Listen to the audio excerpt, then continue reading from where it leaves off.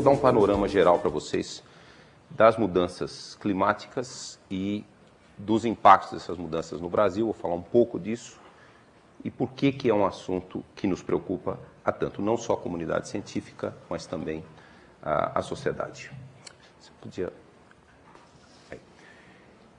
Alguns anos atrás, se alguém colocasse mudanças climáticas globais no topo das preocupações, grandes desafios do século XXI, talvez as pessoas reagissem que aos outros tópicos mencionados, principalmente esses todos aqui, são desafios que nós nos defrontamos há décadas, séculos, até milênio, vencer a pobreza, vencer a fome, eliminar conflitos.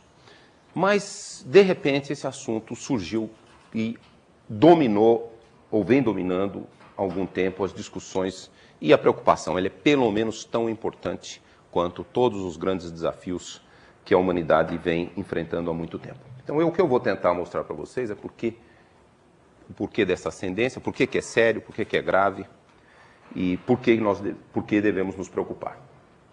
Em primeiro lugar, as mudanças climáticas elas são reais, são inequívocas e estão se acelerando. Isso é um fato hoje com enorme embasamento científico. As mudanças climáticas elas impactam todas as regiões, elas estão todas interconectadas e há riscos sistêmicos. Eu vou explicar o que é risco sistêmico, usando um exemplo aqui muito familiar a um colega meu e professor aqui desta universidade, professor Jefferson Simões, que é um exemplo que vem das áreas geladas. Esses dois tópicos são mais científicos e mais, vamos dizer assim, do aspecto físico do clima. É o que eu me sinto muito confortável a falar, que eu sou uma pessoa que trabalha nessa área há muito tempo. Depois eu vou me aventurar um pouco mais na questão um pouco das dimensões humanas. O que nós estamos fazendo, o que nós deveríamos estar fazendo e quais são os impactos. Por fim, eu vou falar um pouco do Brasil, alguns impactos no Brasil, como nós devemos, o nosso grande calcanhar de Aquiles, que é a Amazônia, os desmatamentos da Amazônia. E eu termino apenas com uma rápida reflexão filosófica sobre a questão da nossa atitude com relação ao ambiente. O planeta vivo, pelo menos na escala da nossa existência como hominídeos, quer dizer, essa espécie que pelo menos o animal que se parece conosco, vamos dizer assim, 2 milhões de anos, Homo sapiens é 250 mil anos, mas hominídeos, nessa escala de tempo, e essas escalas de tempo são importantes, porque muita gente, alguns dos chamados céticos, os que acham que ou não existe o efeito ou que ele é natural, eles sempre colocam uma escala de tempo geológica. Geológica é dezenas de milhares a bilhões de anos. Nessas escalas geológicas, o clima da Terra é muito variável. Ele já esteve mais quente, ele já esteve mais frio. Há muita ainda dúvida como foi o clima da Terra no passado muito distante. Mas certamente, pelo menos a temperatura já bilhões de anos atrás já teve acima de 60 graus. E já esteve mais frio também. Há uma grande discussão se em algum momento da história do planeta a Terra já foi coberta ou não totalmente por gelo. Aparentemente não, mas essa é uma dúvida que a ciência ainda não esclareceu. Mas nessa escala aqui que eu quero situar o problema, que é poucos milhões de anos, ou principalmente dentro da existência do Homo sapiens, então, nessa escala não há análogos no passado. Nós estamos conduzindo um enorme, desconhecido experimento geofísico sem precedentes nessa escala de tempo. Próximo. Se nós compararmos a temperatura de Vênus, 450 graus na superfície, a temperatura de Marte, menos 53 graus, e os agradáveis 14 graus da temperatura da superfície da Terra, em média, isso é média global, nós vamos, se nós quisermos saber por que existem diferenças tão grandes de 3 planetas que estão relativamente próximos um do outro, a explicação é um fenômeno, um efeito físico de algumas moléculas que têm uma propriedade física que elas interceptam a radiação térmica, quer dizer, o calor, qualquer superfície emite calor, radiação térmica, elas interceptam e reemitem. Esse é o princípio físico que foi dado o nome de efeito estufa. Vênus tem excessivo efeito estufa, porque tem uma atmosfera composta de 85% de gás carbônico, a atmosfera de Vênus é muito densa, é 100 vezes mais densa do que a atmosfera terrestre, Marte praticamente não tem atmosfera. a Terra tem, entre aspas, a quantidade certa desses gases.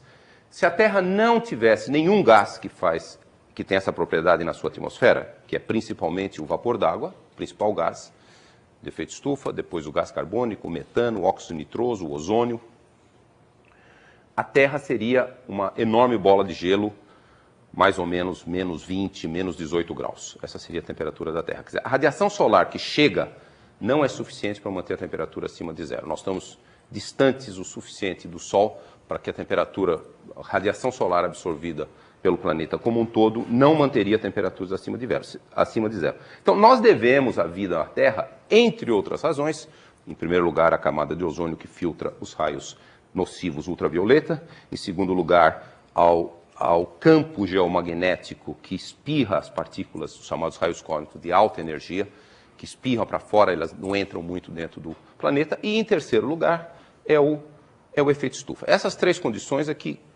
propiciam a vida como nós conhecemos. Então, nós devemos essas condições aos gases de efeito estufa. Então, eles são muito importantes. Próximo. Essa é uma figura muito familiar ao meu colega Jefferson Simões, que ele é nosso ilustre glaciologista brasileiro, que vai à Antártica toda hora e toma esse tipo de medida, mas aqui eu só quero mostrar para vocês, isso aqui é concentração de gás carbônico, vocês prestem atenção nessas unidades, 200 partes por milhão, partes de CO2 por milhão de partes de atmosfera. Aqui é metano, partes por bilhão, aqui é temperatura. Isso é lá nesse sítio russo da Antártica que o Jefferson conhece, que é Vostok.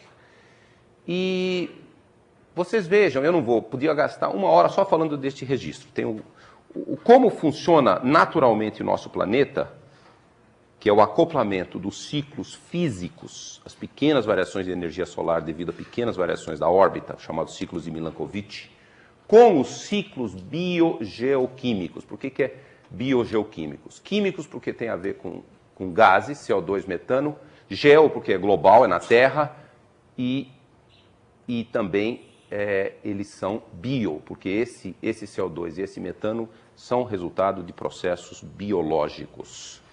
Fotossíntese, respiração, e aqui respiração anaeróbica, decomposição de matéria orgânica em condições de baixo oxigênio. Então, isso é o principal controle. Quer dizer, esses sistemas biogeoquímicos e físicos estão muito acoplados. Quando sobe a temperatura, sobe o CO2. Quando sobe o CO2, sobe a temperatura. O que é o ovo, o que é a galinha? Não sabemos. Sistemas acoplados, nós não precisamos também responder objetivamente essa questão. Eles são acoplados. Se o oceano começa a aquecer, ele libera CO2. Mais CO2 na atmosfera aquece a superfície do oceano, que libera mais CO2. Então, essa é a natureza, mas dentro desse enorme sistema, complexo sistema climático, veja que o CO2 não passa de 300 partes por milhão e nem cai abaixo de 180. O metano fica dentro desses dois limites e a temperatura sobe e desce nessa figura 4 ciclos glaciais.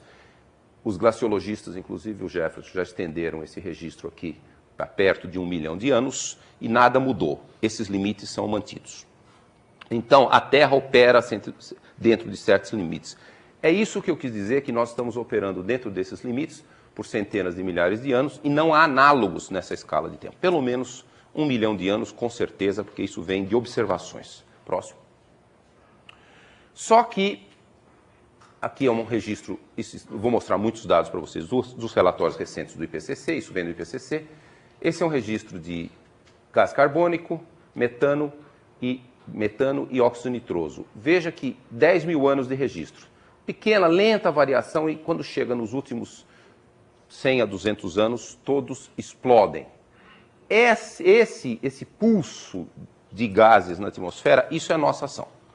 Não há a menor dúvida que isso é simplesmente resultado da nossa ação, das atividades humanas que geram esses gases, gás carbônico, óxido nitroso, metano, como subprodutos da geração de energia, da agricultura, do desmatamento, dos processos industriais, numa velocidade que a atmosfera terrestre não consegue se autodepurar.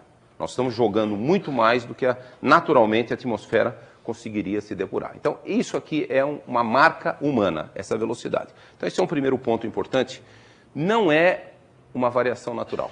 Variações naturais são muito lentas, elas levam milhares a dezenas de milhares de anos para acontecer. Próximo. Efeito estufa não é nada novo. Quer dizer, saber que esses gases na atmosfera causam aquecimento não é nada novo. O Fourier, em 1924, ele já tinha dito que a atmosfera terrestre faz o mesmo papel que o vidro faz numa estufa de plantas. Deixa passar os raios solares e bloqueia a perda térmica, a perda de radiação térmica.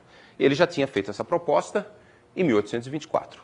Em 1896, esse físico e químico sueco, Arrhenius, que a gente conhece mais pela tabela periódica, mas ele tinha feito um cálculo muito preciso para a época, e ele calculou, se o CO2 dobrar, a temperatura sobe 5 graus. Não é muito diferente do que nós sabemos hoje com os melhores modelos matemáticos do clima. Só que a física dele era um pouco rudimentar, ele não conhecia tudo, nem poderia conhecer, mas o cálculo dele, fisicamente, ele é muito bom. Então, isso não é novo. A física do efeito estufa, a gente sabe há mais de 100 anos. Só que ficou como uma curiosidade científica, porque em 1896 a concentração do gás carbônico ainda era relativamente pequena, quer dizer, era mais ou menos o nível que era antes da Revolução Industrial, um pouquinho mais. Próximo. Pode bater 3 vezes, Gelsione.